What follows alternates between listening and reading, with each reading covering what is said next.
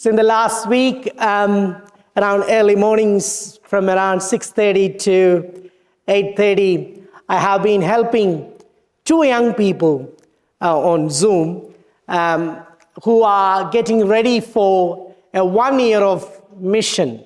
So these two girls who finished their degrees decided to commit 1 year for a mission. And they are doing 6 months in Madang in Papua New Guinea in a university, and then 6 months either in Darwin. I'm trying to get them to Toowoomba to do work with young people in schools and university. And one of our topics was closer following of Jesus. That was the topic we've been discussing. And obviously, Beatitude came up in the discussion. And I asked young people, especially that particular part where it says, happy are you when people persecute you, abuse you, and say all kinds of calumny against you. Rejoice and be glad. Your name is written in heaven. And I asked these young people, what does that mean to you? And they said, it's about those people who are in Africa or in Pakistan or where there is Christian minority getting persecuted because of their faith. And I said, maybe not. When you turn up in a university in Darwin or in Toowoomba or Brisbane, you can get persecuted if you say you believe in Jesus. For that matter, if you stand up for some of the aspects of your faith, you say, I don't believe in abortion. I believe in the dignity of life. You say, I don't believe in euthanasia. I believe in the dignity of life. You say there is only two genders. In all those times, people will abuse you, persecute you, say all sorts of calumny against you, and you will be cornered and sidelined because you are a young person who is crazy. You young, you believe in God, you have a problem. You should see a counselor. And as soon as I put that in that way, the young people like, oh no, I don't want to go and do ministry. No, they are still getting strong. But then, this is the radical call. If we go to the gospel, Jesus comes to the level ground. There is a multitude of people. And then Luke says, he addressed his disciples. Now, this is a very clever way of challenging the disciples. Jesus is placing his close followers in front of the public, who could be non-believers, who could be people who are secular, who could be believing in other religions.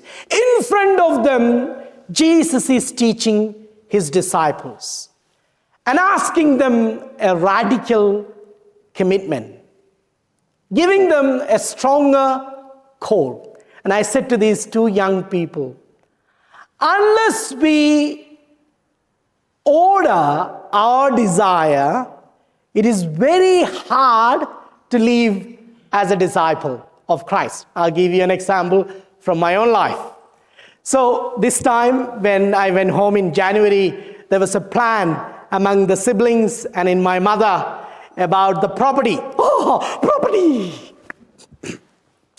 So my brother said we have to have our annual leave in January. Dad passed away, but there is still some property under his name, and it has to go to his name.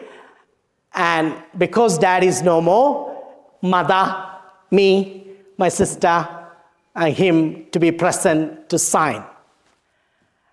And then there came a question, what about Bonnie? I was like, oh, thank God. We should give him something. I was like, please. No. But I came to a position a few years ago that I don't want anything. I'm a religious priest. I have taken the vow of poverty and chastity and obedience. Somehow there is a freedom within me. I do not know how that freedom came. It could be grace, that I don't want anything. Sometimes I become very practical. Where does that reasoning come from? I'm an Australian citizen, I can get the pension. I will not die. Probably because of that, in a very human level. In a spiritual level, I think it must be the grace. On a psychological level, I would say it's because I've seen in my own family, there was a priest, there is still a priest, and in my neighborhood, I have seen religious, even though they have taken the vow of poverty, they have actually caused a lot of mayhem in the family just to get a piece of land. And I have seen that growing up. How people like closet disciples, like priests and nuns, had to fight with their family to get a piece of the land. Maybe because of, psychologically, they have affected me. And I wanted to be a witness to my brother and my sister who is really immersed in the world, about their children, about having more properties, about having a very comfortable life. That's okay.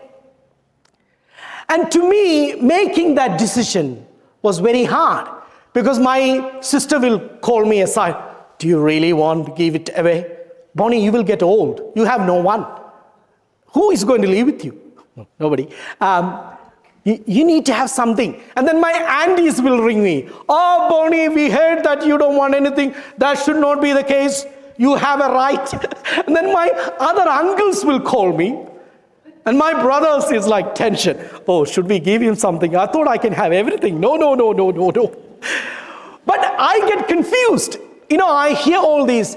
And the times I decided the day was a day we have to go taking mom to the registry. And that day I spent in prayer.